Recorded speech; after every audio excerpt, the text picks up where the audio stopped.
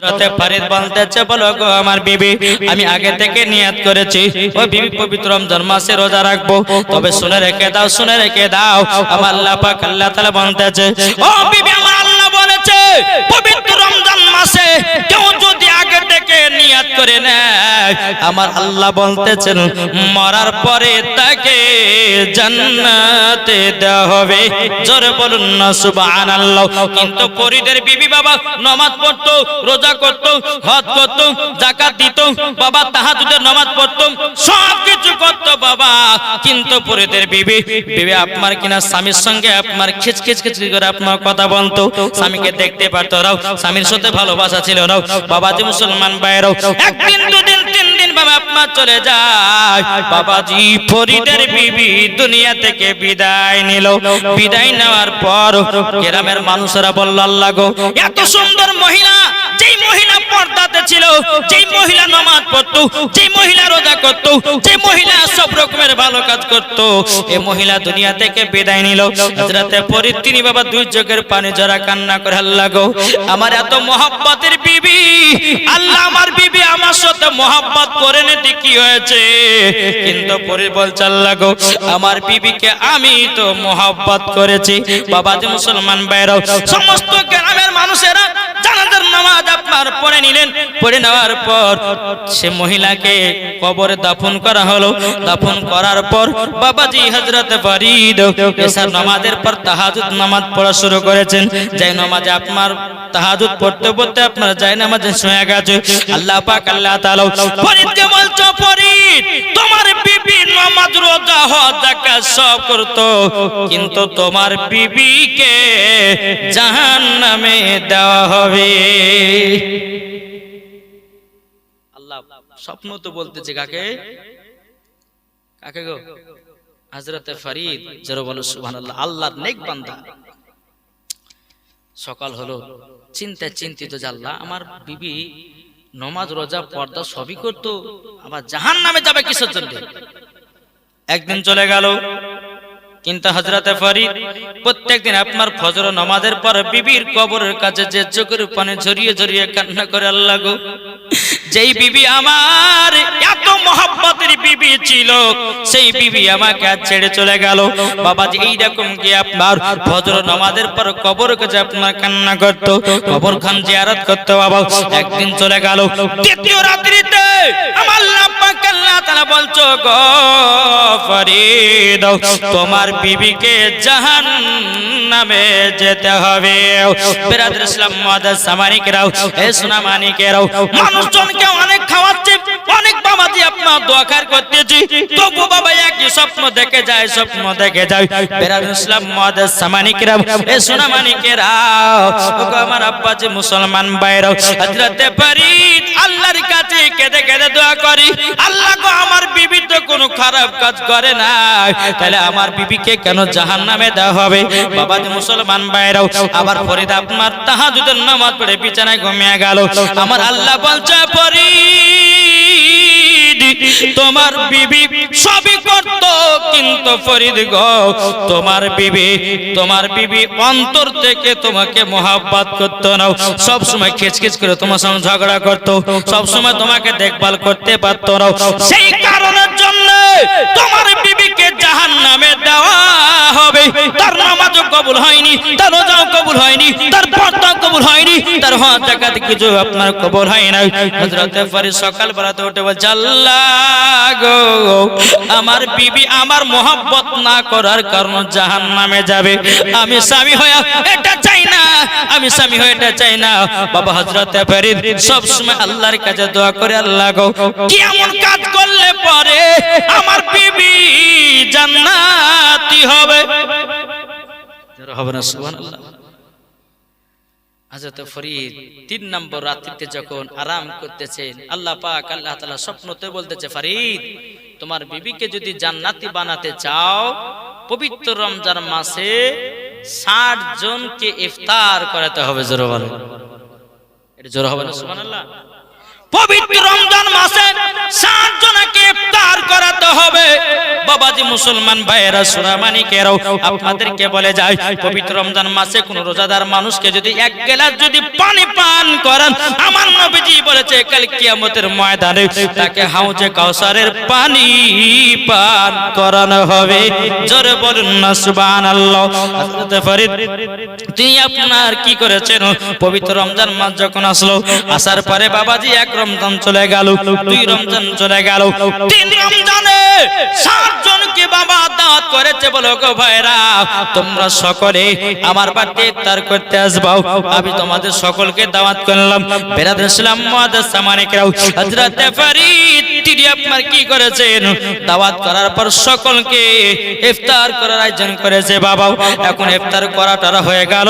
এখন ফরিদ বলতেছে, গো আমার ভাইরাও, তবে শোনো গো, তোমাদেরকে ইফতার করার একটা হলো নিয়াত। আমার বিবি যে অন্ধকার কবরে চলে গেছে, আমার বিবির জন্য দোয়া করে দাও, আমার বিবি যেন জান্নাতি হয়ে যায়। জোরে বলেন। এখন গ্রামের মানুষেরা বলছে, এ ফরিদ তোমার বিবি তো ঘরে পর্দা থাকতো, তোমার বিবি তো নামাজ পড়তো, তোমার বিবি তো কোরআন পড়তো, তোমার বিবি তো ভালো কাজ করতো, তবু আমার কাছে এত দোয়া চাইছো কেন? সমস্ত রোজাদার মানুষদের কাছে দোয়া চাইছো কেন? ফরিদ বলছো, গো ভাইরা গো, আমার বিবি সব করেছে, একটার জন্য জান্নাতে যেতে পারছে না। বলে কিসের কারণে? বলে আমার স্ত্রী আমাকে সব সময়তে মোহাব্বতের কথা বলতো না, আমার সঙ্গে সব সময় ঝগড়া করতো, আমাকে দিল থেকে ভালোবাসতো না, তারই জন্য ভালোবাসা মোহাব্বত না করার কারণে, আমার সঙ্গে ঝামেলা ঝঞ্ঝট করার কারণে, দুঃখ দেওয়ার কারণে আমার বিবি জান্নাতে যেতে পারছে না। তারই জন্য তোমাদেরকে ইফতার করিয়া আমার বিবিকে জান্নাতি বানাতে যায়। জোরে বলেন না সুবহানাল্লাহ। এ বাবাজি মুসলমান, এ সোনামানিকেরা, আপনাদেরকে বলতে চাই রে বাবা, সমস্ত রোজাদার মানুষ যখন আল্লাহর দরবারে দোয়া করলে, আল্লাহ গো ফরিদের বিবিকে জান্নাতি বানিয়ে দাও, ফরিদের বিবিকে জান্নাতি বানিয়ে দাও। বেরাদর ইসলাম মুআদ্দাস সামানিকেরাও যেরকম ভাবে দোয়া করলেন, হযরত ফরিদ তারাবির নামাজ পড়ার পর বাবাজি তাহাজ্জুদ নামাজে আপনার মাশগুল হয়ে গেলেন। তাহাজ্জুদ নামাজ পড়তে পড়তে আপনার যায় নামাজে ঘুমায়া গেল। আল্লাহ বলছো, গো ফরিদ, ফরিদ তোমার বিবিকে জান্নাতি বানায়া নিয়েছে। এটা জোরে হবে না সুবহানাল্লাহ? জান্নাতি বানায় নিয়েছে, জান্নাতি বানায় নিয়েছে। বাবাজি মুসলমান ভাইরাও, এ সোনামানিকেরাও, যখন বাবাজি কথা বলেন, হযরত ফরিদ আল্লাহর কাছে আপনার শুকরিয়া আদায় করলে, বলে আল্লাহ আমার বিবি জান্নাতি, আমার দিলটা খুশ হয়ে গেল। আমি তাই মায়েদেরকে বলতে চাই, গো মা, নামাজ পড়ো, রোজা করো, হজ যাকাত সবই করো, আগে স্বামীর মোহাব্বতের দরকার আছে না নাই? মোহাব্বতের দরকার আছে। ওগো মা, যেটুকু স্বামীর সঙ্গে কথা বলবেন, একটু ভাবনা চিন্তা করে কথা বলবেন। কোন যদি স্ত্রী স্বামীকে দুঃখ দিয়ে যদি কথা বলে দেয়, আর ওই স্বামীর চোখ দিয়ে যদি পানি বাড়িয়ে যায়, আল্লাহর আরশে পর্যন্ত কেঁপে যায়। তাই মায়েদেরকে বলি, ও মা, কারণ স্বামী স্ত্রীর মধ্যে ভালোবাসা মোহাব্বত রাখবেন। স্বামী স্ত্রীর মধ্যে আপনার মোহাব্বত রাখলে আমার আল্লাহ পাক আল্লাহ তাআলা বলতেছেন, ওই বাড়িতে আল্লাহ রহমত বর্ষিত হয়। জোরে বলুন না সুবহানাল্লাহ। অনেক মা বোনদেরকে দেখা যায়, বলে হ্যাঁ গো, তোমাকে বিয়ে করে আমি শান্তি পেলাম না, তোমাকে বিয়ে করে আমি কষ্ট থাকলাম। ও মা, এই কথা কখনো ব্যবহার করবেন না।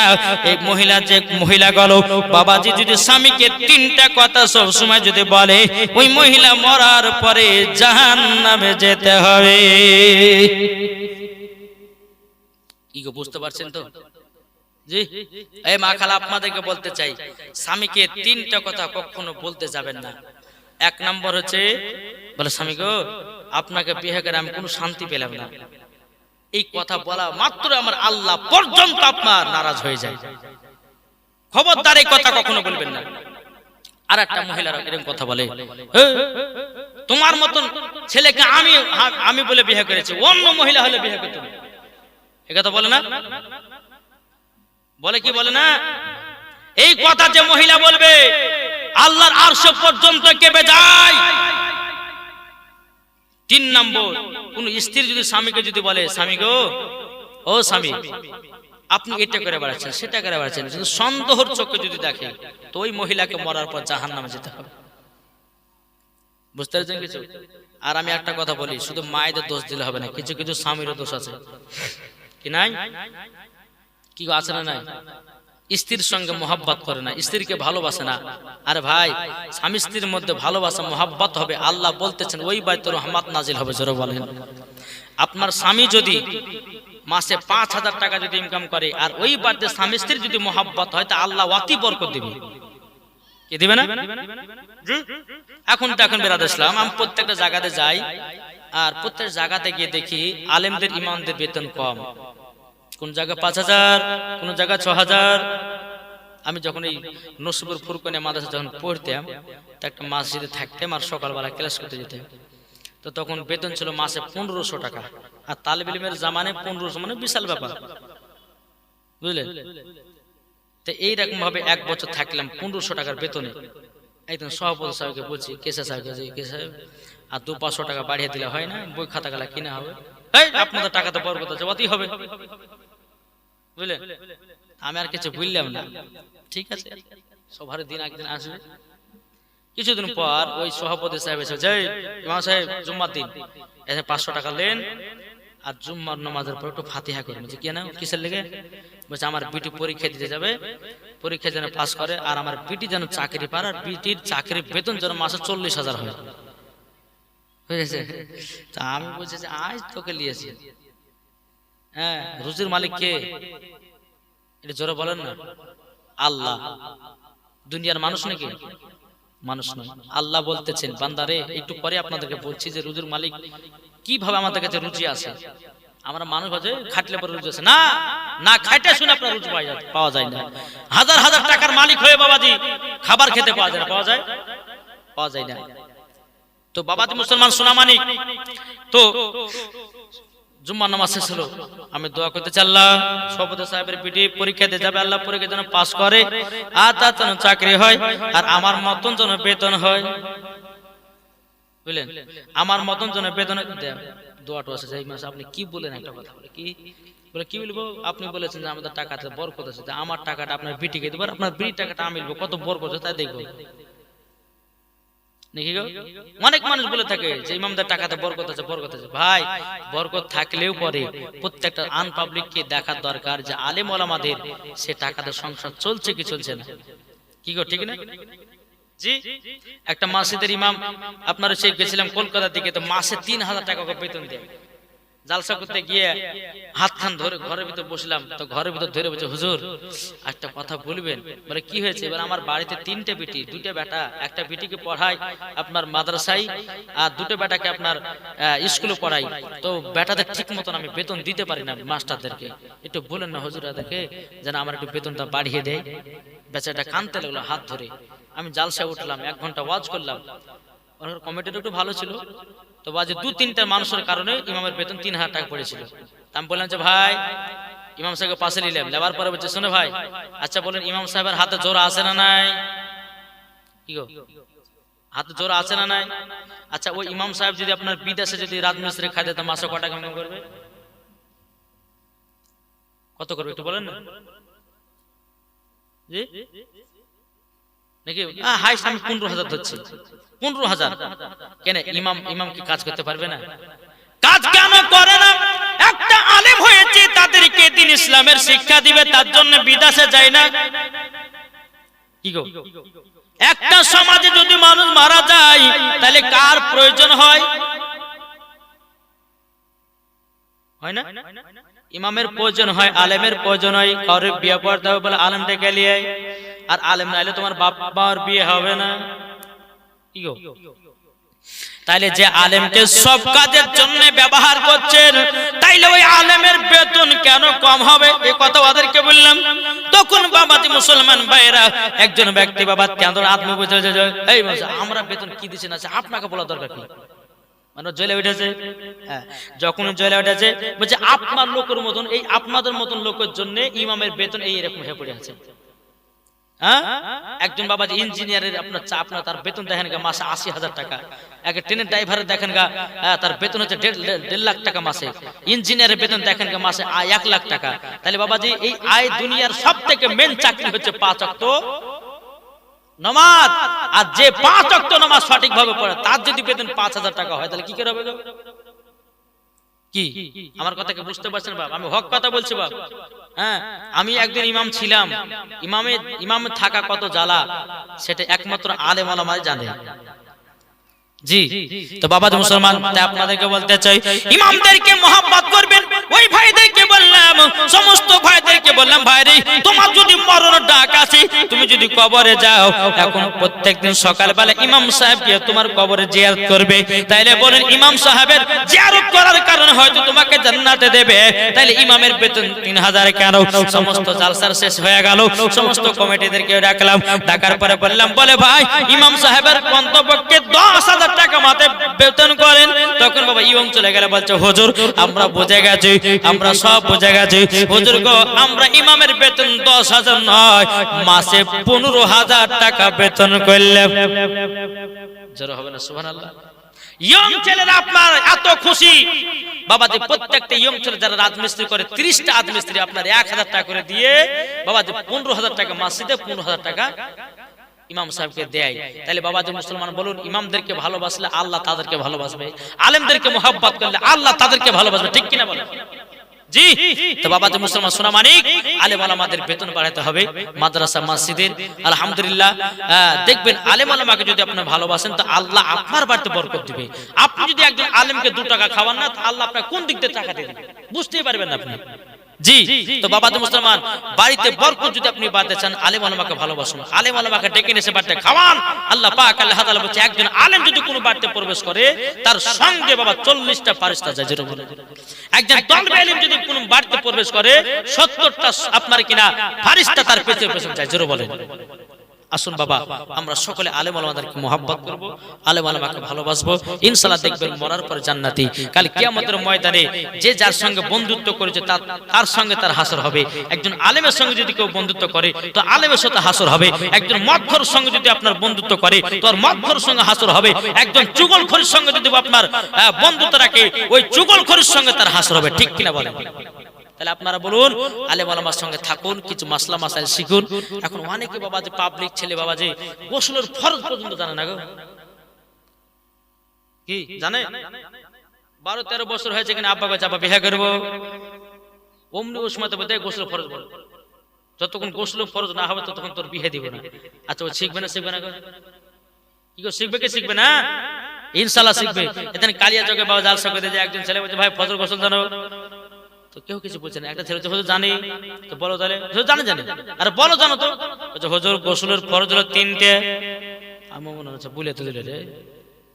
এখন ওকে বলছে তাহলে গোসলের ফরজ 3টেতে কি কি বলো? হুজুর জানে, বলো না কি কি। হুজুর তেল সাবান গামছা।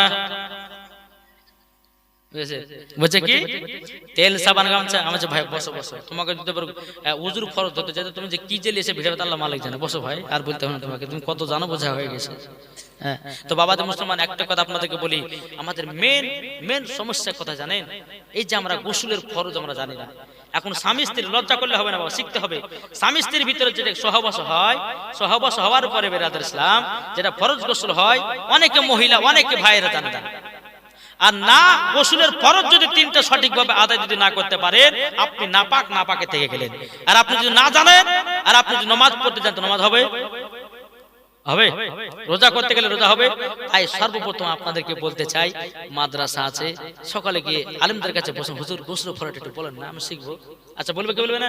একটা আপনাদের কথা বলি, এই দূরে মৌমাছি চাক আছে, মৌমাছির চাক আছে, আপনি দুধ থেকে মধু খাবো, মধু খাবেন কি পাবেন?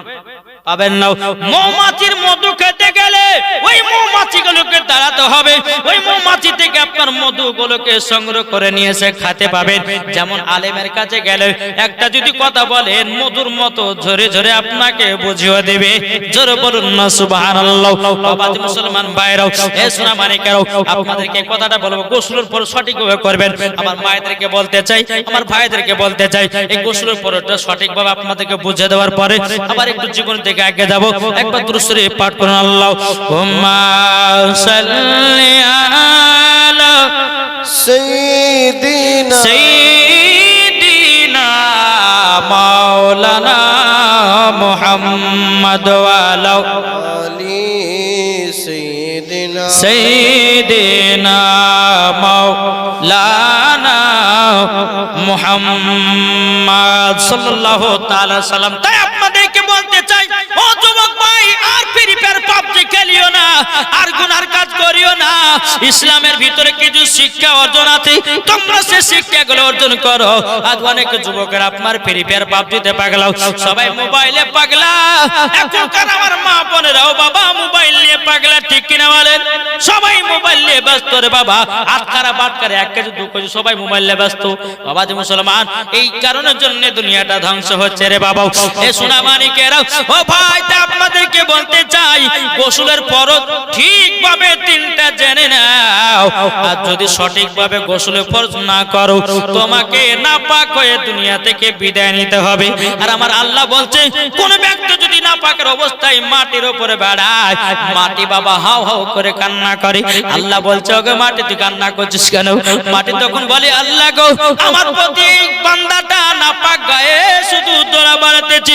মাটি বলে, আল্লাহ আমি সহ্য করতে পারছি না। আমার আল্লাহ তখন বলে, মাটি রে, তোর কাছে তো একদিন যাবে, ডান দিকের হার বাম দিকে করবি, বাম দিকের হার ডান দিকে করবি, আটার মতো তাকে পিছায়া দিবে। সেই দিন বুঝবে নাপাক অবস্থা থাকা কত বেদনা। ঠিক না? এবার চলেন, গোসল ফরজ হলো তিনটে। কটা? জোরে কথা বলেন না। তিনটে। এক নম্বর জানা আছে কাউরে? এক নম্বর কুড়ি করে একদিন রমজান মাসে, গত রমজান মাস চলে গেল না, তো ওই রমজান মাসে একটা ছেলে ফোন করেছে, হুজুর, বলতে হয় না বললে পরে হয় না, কিছু কিছু পাগল আছে ছেলে, যে হুজুর রোজা করেছিলাম তো কি হয়েছে? রোজা করেছি, আমি তো করেছি ভাই, ফোনে ফোনে বলে রোজা করেছি বলে কি হয়েছে? হুজুর রোজা অবস্থায় ঘুমিয়েছিলাম তো একটু শরীর নাইট ফলস হয়ে গেছে, তো কি করবো হুজুর, রোজাকে থাকলো না ভাঙলো না, কি হলো? আমি বলছি, ভাই ইচ্ছা করি তো না স্বপ্নের মাধ্যমে? যেহেতু স্বপ্নের মাধ্যমে, তাহলে এক কাজ করো, ফরজ গোসল করে লাগো, যাও। তো হুজুর ফরজ গোসল তো জানি না, কিভাবে করবো? তো বলো, শোনো, এক নম্বর কুলি করো গা, গড়ে গড়ে করো। দ্বিতীয় নম্বর, লাখের নরম হাড় পর্যন্ত পানি পৌঁছাও। আর তিন নম্বর, মাথা থেকে নিয়ে পা পর্যন্ত ভালোভাবে ধৌত করো। যদি একটা লোম যদি শুকনা থাকে, তাইলে তোমার গোসলের ফরজ আদায় হবে না।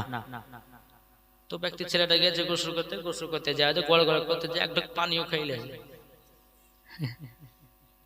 এক ঢোক পানি খাইলেছে। পানি টানি খাওয়ার পর গোসল করে, হুজুর একটু কাম তো হয়ে গেল, বলে আবার কি হলো? হুজুর আপনি যে গড়ে গড়ে, তো গড়ে গড়ে করতে যায়, এক ঢোক পানি খাইলেছি, রোজা হলো? শুনেন একটা কথা, পবিত্র রমজান মাস ছাড়া এক নম্বর হচ্ছে গড় গড়া করা। দ্বিতীয় নম্বর কি বললাম? দ্বিতীয় নম্বর, লাখের নরম হাড় পর্যন্ত। আর এমন ভাবে পানি টানে না যে মাথা ব্রেনটা যেন না উঠে যায়, এখন তো মরতে হবে না রে। মৌলানা ওবায়দ হোসেন জামালের কথা শুনতে যা মরি গেল রে। লাখের নরম হাড় পর্যন্ত পানি পৌঁছানো। তিন নম্বর, মাথা থেকে নিয়ে পা পর্যন্ত ভালোভাবে ধৌত করা। যদি একটা লোম যদি শুকনা থাকে, তাইলে তার গোসল ফরজ হবে না। এখন যে ঠান্ডা পড়ছে, স্বামী স্ত্রীর সহবাস যদি করে, তো ঠান্ডার সময় তিন বন্ধ ঢেলে হয়ে গেল, কিন্তু গোসল ফরজ হলো না, কিছুই হলো না, পাকে থেকে গেল। তো বাবা যে মুসলমান সোনা মানিককে আপনাদেরকে বলতে চাই, তাহলে বললাম কি, গোসল ফরজ কটা? কটা গো বলেন না? গোসল ফরজ তিনটে। এক নম্বর গড়ে গড়ে করা, দ্বিতীয় নম্বর লাকের নরম হাড় পর্যন্ত পানি পৌঁছানো, 3 নম্বর হচ্ছে মাথা থেকে নিয়ে পা পর্যন্ত ভালোভাবে ধৌত করা।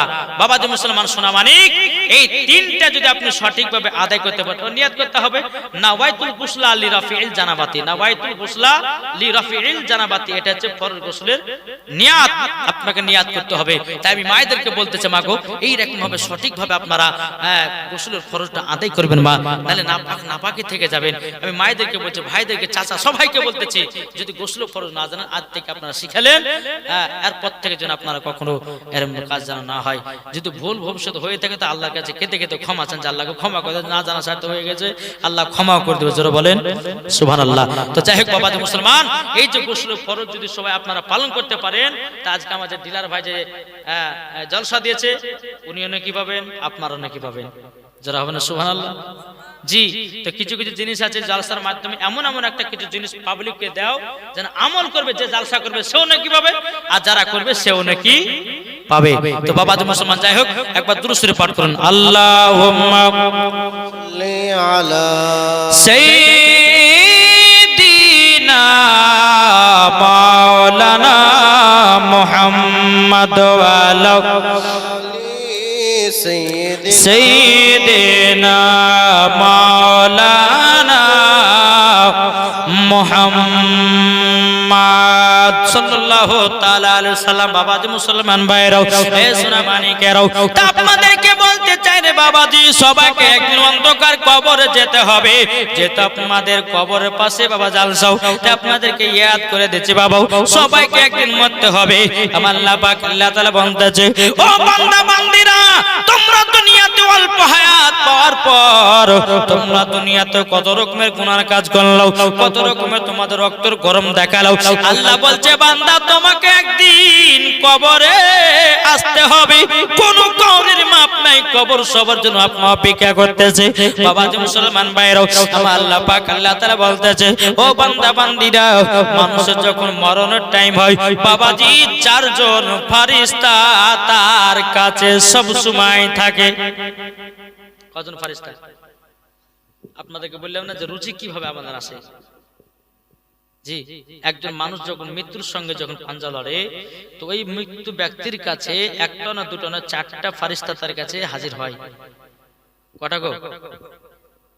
জি, 4টা ফেরেশতা আপনার এক জায়গাতে হাজির হয়। একজন ফেরেশতা বলে, আল্লাহর ফেরেশতা, কি ব্যাপার আপনার এই জায়গাতে দাঁড়িয়ে কেন? তখন একজন ফেরেশতা বলে, আল্লাহর নেক বান্দা, আপনার নিঃশ্বাসকে বন্ধ করা হয়েছে, কোন পৃথিবীর কোণা থেকে আপনার নিঃশ্বাস দূরে পাওয়া গেল না, নিঃশ্বাস বন্ধ করা হয়েছে।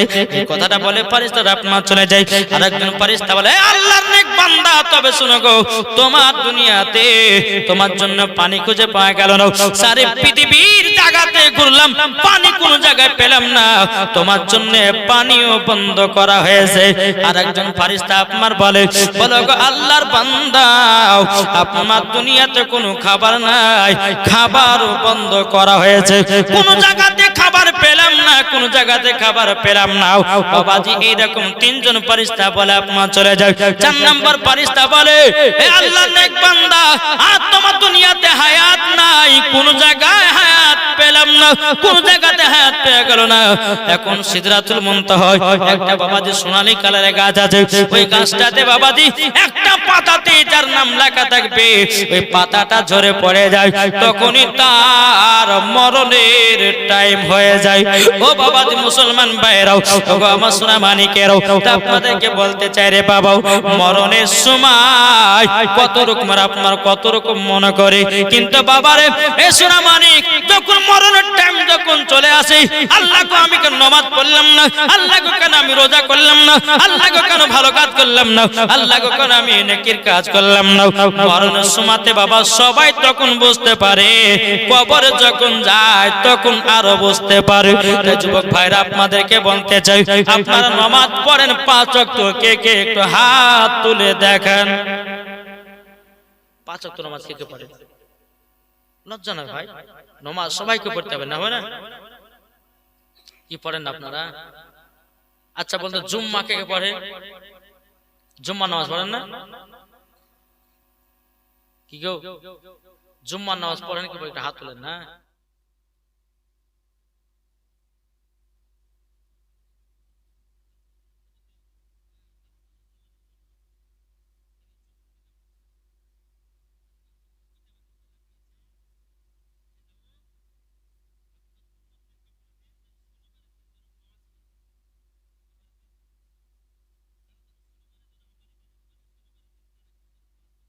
সপ্তাহে একদিন যেন মাছ ধরা বন্ধ থাকে, আর ওই দিনে জানে আমার ইবাদত করে। জোরে বলেন সুবহানাল্লাহ।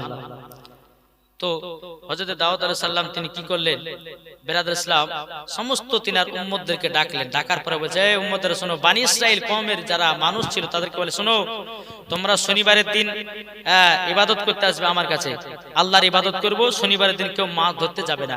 কিছু কিছু ব্যক্তি মানলো, কিছু কিছু ব্যক্তি মানলো না। বাবাজি এক সপ্তাহ তারা মাছ ধরলো। তারপর সপ্তাহে আবার দাউদ আলাইহিস সালাম বললেন যে তোমরা কেউ মাছ ধরতে যেও না শনিবারের দিন, অতপক্ষে শনিবারের দিন কেউ মাছ ধরবে না। আর যত দেখতে শনিবারের দিন বেশি মাছ লাফাচ্ছে, আর মানুষের বদলো বলে শনিবারের দিনে মাছ ধরবো, অন্যান্য দিন ধরবো, কিন্তু শনিবারে ধরবো। হযরত দাউদ আলাইহিস সালাম বললেন, এই বনি ইসরাইল কওমের মানুষেরা শোনো, তোমরা যদি মাছ ধরতে যাও তাহলে তোমাদের একটা শরীরে বিপদ হতে পারে, বলে যা হবে দেখা যাবে। তারা জোর জবরদস্তি আপনার মাছ ধরতে গেছে শনিবারে।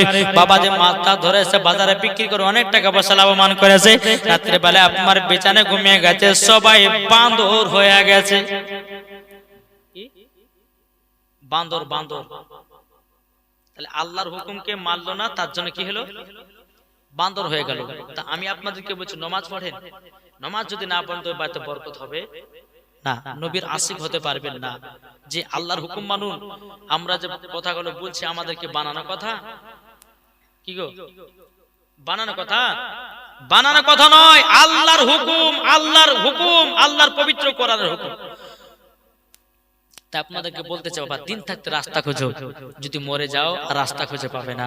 তাই বাবা যে মুসলমান, আল্লাহ পাক আল্লাহ তাআলা আমাদের সকলকে সঠিক পথে চলা তৌফিক দান করুন। প্রত্যেকটা মানুষকে একদিন মরতে হবে, আর প্রত্যেকটা মানুষের নাম হবে লাশ। কি হবে না? আমি মারা যাবো তো আমার শরীরটা হবে কি লাশ, আপনি মারা যাবেন আপনার শরীরটা হবে লাশ। তাই কো বলতেছে একই দিন তোমার নাম হবে লাশ, একই দিন আমার নাম হবে লাশ, একই দিন তোমার নাম হবে লাশ, একই দিন আমার নাম হবে লাশ।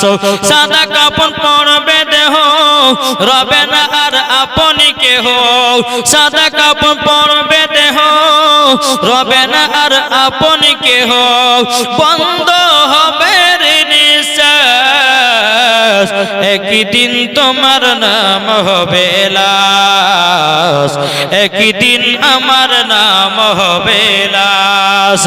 মসজিদ এলানে হবে, একে একে জানবে সবে, সকলে আসবে তোমার বাড়ি। মসজিদে এলান হবে, একে একে জানবে সবে, সকলে আসবে তোমার বাড়ি।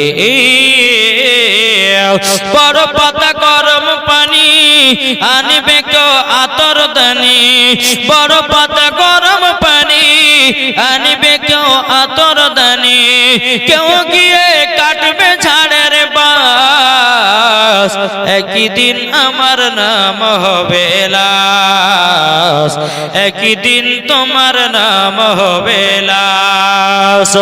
জানা যায় শরীক হবে কত বন্ধু বান্ধব, দিন চুল মাটি দিবে ভাই, জানা যায় শরীক হবে কত বন্ধু বান্ধব, দিন চুল মাটি দিবে ভাই। তোমরা সামনে রাখবে যেতে হবে কবরেতে, তোমরা সামনে রাখবে যেতে হবে কবরেতে, পবিত্র কোরআনে লেখা একই দিন তোমার নাম হবে লাশ, একই দিন আমার নাম হবে লাশ। আল্লাহুম্মা সাল্লি আলা সাইয়্যিদিনা মাওলানা মুহাম্মদ ওয়া আলা সাইয়্যিদিনা মাওলানা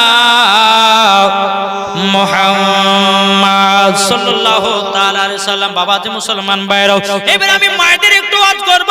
এ মা কালা ও সোনামানিকেরাও, ওগো মা জননীরাও, নারী যদি হতে হয় হযরত রাবিয়া বসরির মতো নারী হও, নারী যদি হতে হয় হযরত আসিয়ার মতো নারী হও, নারী যদি হতে হয় হযরত মারিয়মের মতো নারী হও, নারী যদি হতে হয় হযরত মা হাওয়ার মতো নারী হও, নারী যদি হতে হয় খাতুনে জান্নাতের মতো নারী হও, মরার পরে জান্নাতে জান্নাতে।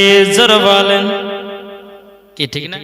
জি বাবা যে মুসলমান, আমি মায়েদেরকে বলতেছে মা গো, যদি খাতুনে জান্নাতের মতো যদি এক শিখি যদি হতে পারে, তোমার আল্লাহ বলতেছে ওই নারীকে খাতুনে জান্নাতের সঙ্গে জান্নাতে দেব। জোরে বলেন। আর সমস্ত মায়েদের সর্দারানকে, মহিলাদের সর্দারকে, এটা জোরে বলেন না। কোন মহিলা যদি মা ফাতেমাকে স্মরণ করে চলে, জান্নাতি না জাহান্নামী? জান্নাতি। এ মা খালা, সিরিয়ালের নায়িকাদেরকে নিয়ে চলেন, জি যিনি হচ্ছেন খাতুনে জান্নাত, সেই খাতুনে জান্নাতের সঙ্গে দিওয়ানা হও, তুমিও জান্নাতি হবে। জোরে বলেন। বাবা মুসলমান, যেই মা ফাতেমা রাদিয়াল্লাহু তাআলা নাও, তিনি জীবনে কোনদিন বাবা এক ওয়াক্ত নামাজ কাজা করত না। আর আমাদের ঘরের মা বোনেরা জীবনে কোনদিন সিরিয়াল কাজা করে না। এদিকে মায়েরা ভালো, সিরিয়াল কি মানে তাইতে বুঝে না, কি গো বুঝে? এদিকে সিরিয়াল নাই, আমি জানি তো। বাবা মুসলমান, হে সোনা মানিকেরাও, তাই মায়েদেরকে বলতে চাই, ও মা জননীরা, মা ফাতেমা রাদিয়াল্লাহু তাআলা আনহার মতো নারী হন, তাইলে মা গো মাও মরার পরে জান্নাতি হবেন। এ বেরাদর ইসলাম মুআদ্দাস মানিকেরাও, যে মা ফাতেমা রাদিয়াল্লাহু তাআলা আনহাকে বাবাজি সম্মান দিয়েছেন আমার আল্লাহ। জোরে বলেন না সুবহানাল্লাহ। একদিন ইমাম হাসান ইমাম হোসেন বাবাজি একদিন ধুলা মাটি নিয়ে আপনার খেলাধুলা করতেছে, একদিকে আপনার বেশি ধুলো, একদিকে আপনার কম ধুলো। ইমামে হাসান বলতেছে আমি বেশিটা নিব, ইমাম হোসেন বলছে না আমি বড়টা নিব, ইমাম হাসান বলছে না আমি বড়টা নেব। বাবাজি দোনো ভাই বলছে ভাই তাহলে এক কাজ করো, চলো আমার মায়ের কাছে চলো, মায়ের কাছে ফয়সালা নেব, কে বড় কে ছোট। জোরে হবে না? কে বড় কে ছোট? এখন ইমাম হাসান ইমাম হোসেন আসার পরে বলছো গো মা জননী, আমাদের দুই ভাইয়ের মধ্যে কে ছোট কে বড় বলো নাও। তখন মা ফাতেমা রাদিয়াল্লাহু তাআলা আনহা বলতেছেন, ও বেটারা হঠাৎ করে তোমরা এই কথা প্রশ্ন করতেছো কেন? বলে আমরা জানতে চাই আমাদের দুই ভাইয়ের মধ্যে কে বড় কে ছোট বলে দেন। এখন মা ফাতেমা রাদিয়াল্লাহু তাআলা আনহা তিনি মনে মনে ভাবছেন আল্লাহ গো, এখন ইমাম হাসানকে যদি বড় বলি ইমাম হোসেনের মনে কষ্ট পাবে, আর ইমাম হোসেনকে যদি বড় বলি ইমাম হাসানের মনে কষ্ট পাবে। বলে না এরকম বলা যাবে না। এখন খাতুনে জান্নাত বলছো গো বেটারাও, তোমরা এক কাজ করো, তোমরা সিলেট আর পেন্সিল নিয়ে এসো, তোমাদের দুই ভাইয়ের নাম লিখতে লাগাও, যিনি নাম লিখে জমা করবে সেই হবে বড়। ইমাম হাসান ইমাম হোসেন সিলেট পেন্সিল আসার পরে দুই ভাইয়ের নাম লিখতে শুরু করলেন। লিখতে লিখতে বাবা একসঙ্গে লেখা বাবা শুরু করেছে, আবার একসঙ্গে লেখাটা বন্ধ করেছে। বন্ধ করার পর বাবাজি মুসলমান ভাইরাও এ সোনা মানিকেরাও ইমাম হাসান ইমাম হোসেন বলতেছে মা গো আমরা দুই ভাই একসঙ্গে লেখা শেষ করেছি। এখন মা ফাতেমা রাদিয়াল্লাহু তাআলা আনহা বলতেছে ওগো বেটারা গো, তোমরা দুই ভাই সমান। জোরে বলেন না সুবহানাল্লাহ। এত কো বলতেছে এ খোদা হাসান হোসেন, এ খোদা হাসান হোসেন করতেছে বয়ান, কার বড় শান ইমাম হাসান হাসান। মা ফাতেমা বলে বেটারা শোনো না, কি প্রশ্ন আছে তোমরা বলো না, বলো না, বলো না, এ খোদা হাসান হোসেন করতেছে বয়ান কার মদের সান ইমাম হোসেন হাসান। মা ফাতেমা বলে বেটারা শোনো না, তুই ভাইয়ে সিলেট পেন্সিল আনো না, আনো না, আনো না।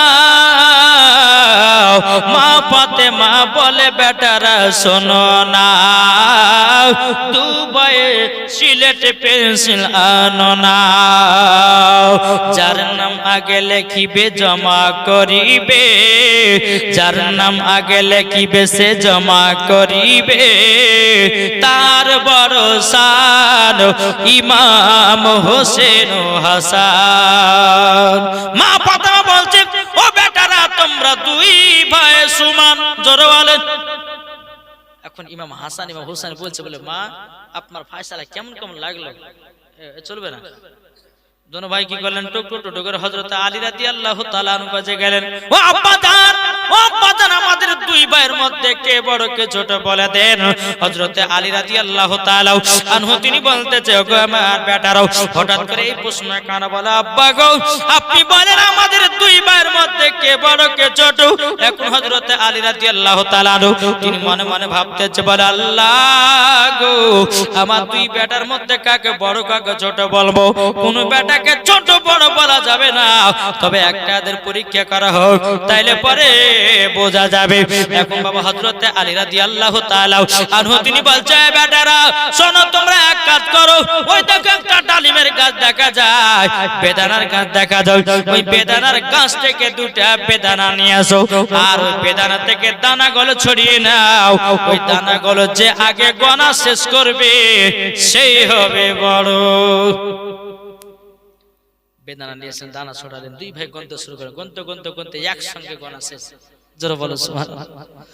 বাবা মুসলমান ভাইরাও এ সোনা মানিকেরাও যখন বাবা যে কথা বলো, এখন ইমাম হাসান ইমাম হোসেন বলছে বলে আব্বা জান আমরা তো একসঙ্গে গোনা শেষ করেছি। এখন হযরত আলী রাদিয়াল্লাহু তাআলা বলতেছে ও বেটারা তোমরা দুই ভাই সমান। ও আব্বা আপনার ফয়সালা কেমন কেমন লাগতেছে, আপনার ফয়সালা কেমন কেমন লাগতেছে। এখন আমরা যাব নানাজির কাছে, নানা যেটা ফয়সালা দিবে ওটাই হলো সঠিক ফয়সালা। জোর বলেন। এখন ইমাম হাসান ইমাম হোসেন বাবা টুক টুক টুক করে আপনার চলতে লেগেছে, চলতে চলতে চলতে চলতে বাবা আমার নবী মুস্তাফা সাল্লাল্লাহু তাআলা আলাইহি সাল্লামের কাছে যখন আপনার পৌঁছালেন, লাব্বাইক ইয়া রাসূলুল্লাহ, লাব্বাইক ইয়া হাবিবাল্লাহ, গোনা জান আপনার কাছে একটা ফয়সালা আনতে এসেছি।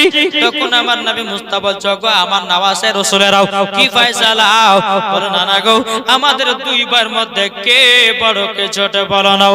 তখন আমার নবী বলতে আল্লাহ গো এখন ইমাম হাসানকে যদি বড় বলি ইমাম হোসেনের মনে কষ্ট পাবে, আর ইমাম হোসেনকে যদি বড় বলি ইমাম হাসানের মনে কষ্ট পাবে, আমি কাউকে দুঃখ কষ্ট দিতে পারবো না।